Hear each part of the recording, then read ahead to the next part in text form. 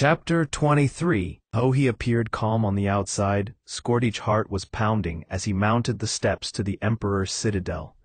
He was playing a dangerous game, but there were no other options. Time was the enemy.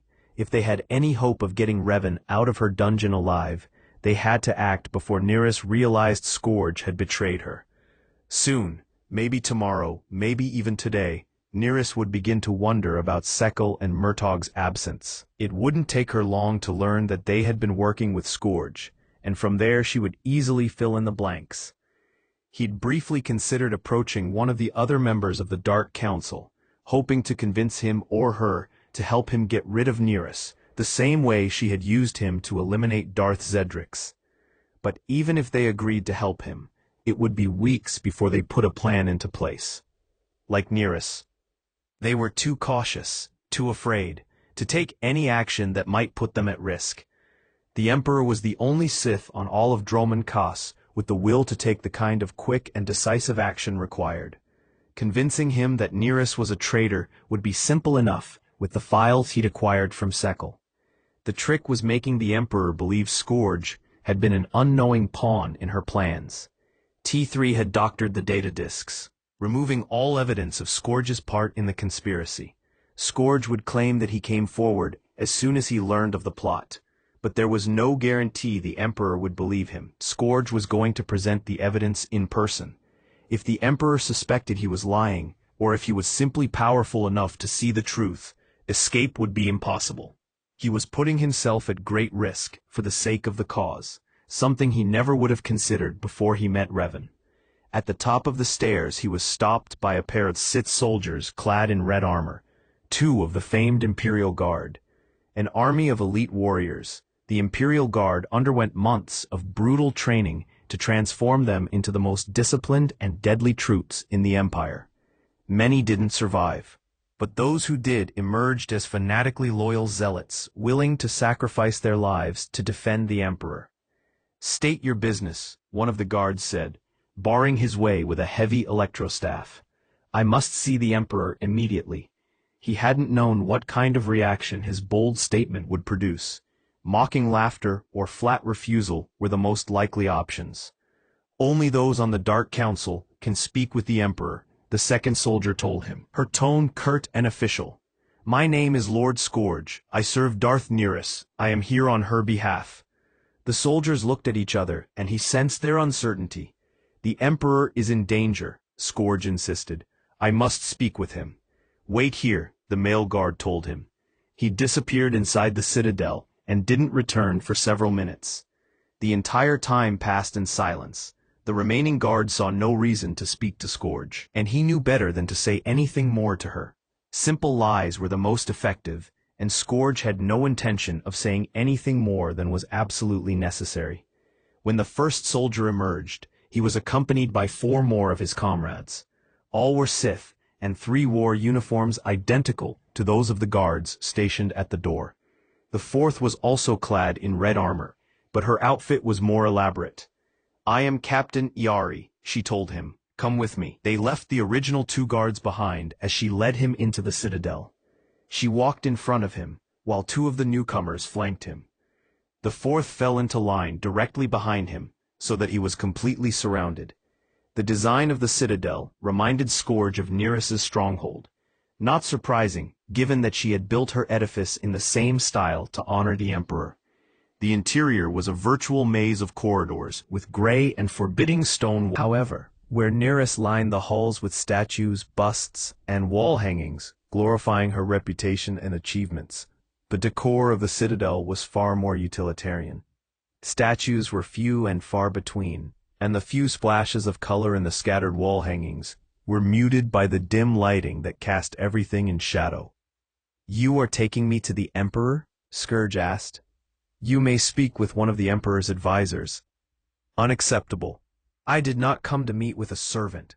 "The choice is not yours to make," Captain Yari replied brusquely. Scourge stopped in his tracks, causing the soldier walking behind to stumble into him. The Sith Lord angrily shoved him back. In response, the 2 guards who had been at his side whipped out their electrostaffs. "Stop," Captain Yari shouted, and they froze in their tracks. I am a lord of the Sith, Scourge reminded him, and an agent of Darth Nerys. I order you to take me to the Emperor. That is not permitted. These are exceptional circumstances. How so? That is for the Emperor's ears alone. I must speak to him in person. The Emperor does not like to be disturbed. He will want to hear what I have to say. If he feels you've wasted his time, you will be punished, the captain warned. The calm, almost casual way she spoke the simple threat was far more effective than providing gruesome details. But Scourge wasn't about to back down now. It will not be a waste of his time. The captain considered the request, then nodded. As you wish. As she led him down the twisting corridors of the Citadel, Scourge made a mental note of their path. When he and Revan finally struck at the Emperor, they would need to know as much of the layout of the Citadel as possible. Eventually they turned down a hall that terminated at a pair of large durasteel doors. The throne room lies beyond, Captain Yari told him. There you will find the Emperor. She turned to face him. I will give you one last chance to reconsider. I have made my decision. Then you must proceed alone. I will not violate the sanctity of the throne. She motioned with her hand, and two of the soldiers stepped forward, one by each of the massive doors. Grunting with exertion, they pushed the doors inward. Then they stepped to the side. Standing at attention with their backs against the wall, just outside the throne room's now open entrance. Scourge expected them to search him, or at least instruct him to turn over his weapons. But Yari and the others simply stood at attention, waiting for him to enter. The fact that they showed no concern over letting an armed Sith Lord speak to the Emperor face to face, without any kind of preparation, was a testament to the Emperor's unfathomable power. Thinking about that power gave Scourge pause. Like Revan, the Emperor understood the Force in ways Scourge never would. It was possible he experienced the same kinds of visions as the Jedi. It was also possible he could peer into Scourge's mind and instantly know the truth of everything he was saying. Meeting him face to face could be tantamount to suicide. No, Scourge thought. If that were the case, he would have sensed Nerys's betrayal long ago. As powerful as the Emperor might be, he was not omniscient. He was, however, intelligent and cunning enough to have held on to his throne for over 1,000 years, an unprecedented reign among the conniving and cutthroat politics of the Sith. Which meant Scourge would have to be very careful not to say anything that might give him away. Captain Yari and the other guards were still patiently waiting. No doubt they were used to seeing this kind of hesitation in those who were about to meet with the Emperor. Steeling himself, Scourge stepped inside. The throne room was enormous, 20 meters wide and at least 40 meters long, with an arched ceiling that rose 15 meters above. Apart from the throne at the far end, it was virtually empty. The throne sat on an elevated circular pedestal, several meters. As Scourge walked forward, he noticed that the throne was facing away from him, its high back effectively blocking any view of its occupant. After a few more steps, the pedestal swiveled around, turning the throne so that it faced him. And for the first time in his life, Scourge set eyes upon the Emperor. The figure before him appeared unremarkable. The Emperor was clad in unadorned black robes, the raised hood effectively hiding his face. Yet Scourge could feel the power of the dark side emanating from him with such intensity that it caused a faint rippling of the air. The Emperor rose to his feet, and the durasteel doors swung shut behind Scourge with a booming crash. Scourge's step faltered briefly at the sound, but he continued forward. As he reached the foot of the pedestal, he dropped to one knee, bowing low, his eyes focused on a spot on the ground in front of him. "Rise, Lord Scourge," the Emperor told him, "and speak your piece." Scourge stood up to address the Sith looming above him. The Emperor had thrown back his hood to reveal his face. His eyes were as black as the void itself. Staring into the hollow darkness of the Emperor's gaze, Scourge's mind flashed back to Nathema, and he shivered at the memory. He tried to speak, but the words stuck in his throat. His mouth was suddenly so dry, he felt as if he might choke. He swallowed hard and coughed, finally bringing up enough saliva to talk. 3 years ago I went to serve Darth Nerys, at your request, Scourge began. I discovered that Darth Zedrix was a traitor.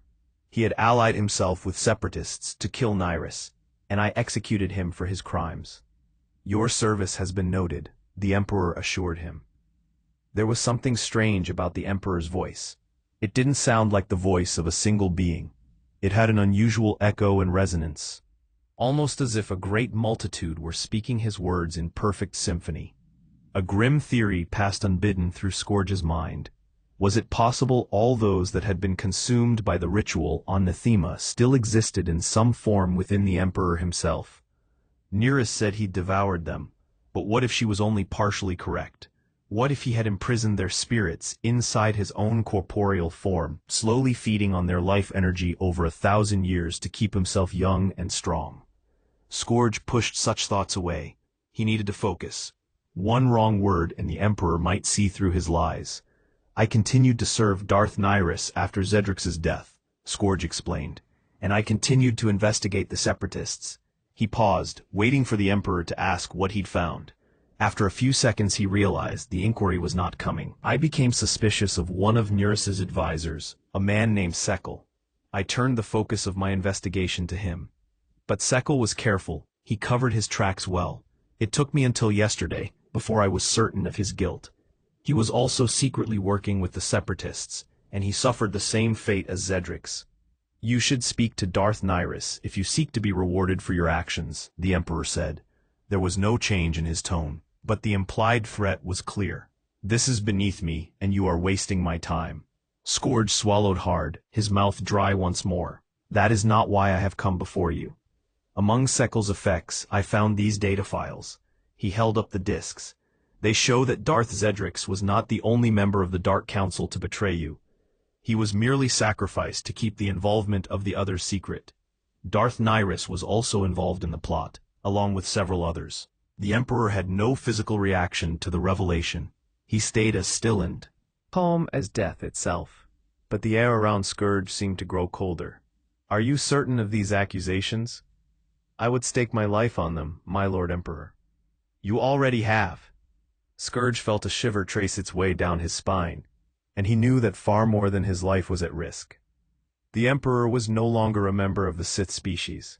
His power and immortality had transformed him into a being unique in the galaxy. When he spoke of life and death, it had far deeper meaning than the mere physical existence of the lesser beings that served him. Does Nyrus know you are here? No, I came to you as soon as I deciphered the data on Sekal's discs. There was a long silence, and Scourge had the distinct impression that the Emperor was somehow communicating with someone outside the room. A few seconds later, the doors to the throne room opened, and Captain Yari strode in, accompanied by a Sith wearing the same dark robes as the Emperor. They approached Scourge, and the robed Sith held out his hand expectantly. Scourge handed him the discs. Keep Lord Scourge in custody until this matter is settled, the Emperor intoned. Forgive me, Lord Emperor, Scourge said, speaking quickly but trying to keep his tone humble. But Nyrus is expecting my return. If I am absent, she will grow suspicious. The Emperor's dark eyes seemed to flicker with annoyance, and Scourge feared he had gone too far. The best he could hope for as punishment for his insolence would be a quick and relatively painless death. However, when the Emperor spoke again, it was not to pass judgment on him. You are bold to speak to me in this way, he stated. And because you are right, I will reward your initiative, this time. When Nyrus falls, you will be first in line for her seat on the Dark Council. Thank you, Lord Emperor, Scourge said with a bow. If your information proves false, however, the Emperor added, you will suffer a fate more terrible than anything you can imagine. As he spoke, the dark circles of his eyes seemed to fill with a swirling red mist, and for a brief instant the Emperor gave Scourge a glimpse of his true self. Scourge cried out in anguish as the Emperor's mind brushed against his. Then he collapsed to the floor, shaking like a child. The touch lasted less than a second. But in that time, he witnessed indescribable horrors that dwarfed anything the dark side could conjure, even in his worst nightmares. And beneath the formless terrors lurked the unbearable void, the pure emptiness of total annihilation. It was over as quickly as it had begun, the awful vision retreating into his subconscious, like a repressed memory, as Scourge picked himself up off the floor. Neither Captain Yari nor the robed Sith made any move to help him. "Come with me," the captain said, once he was on his feet. Only then did Scourge notice that the Emperor had retaken his seat on the throne, and that the pedestal had spun around to face away from him. The dark-robed Sith stayed behind, as Yari led Scourge out of the throne room and into the hall beyond. "I see why you tried to talk me out of this," Scourge muttered as they made their way back toward the Citadel's main entrance. "You took a great risk," Yari said, though it was hard to tell if she thought him admirable or foolish. "But if your information is good, it sounds like you'll be on the Dark Council the next time we meet." "What about Nyrus?" Scourge asked. "What will the Emperor do to her?" "She will be purged by the Imperial Guard," Yari said, "along with her entire staff of followers." "I'd rather not be there when it happens," Scourge said. "When will you make your move?" "Soon," the captain said. "For now, return to Nyrus, so she doesn't grow suspicious."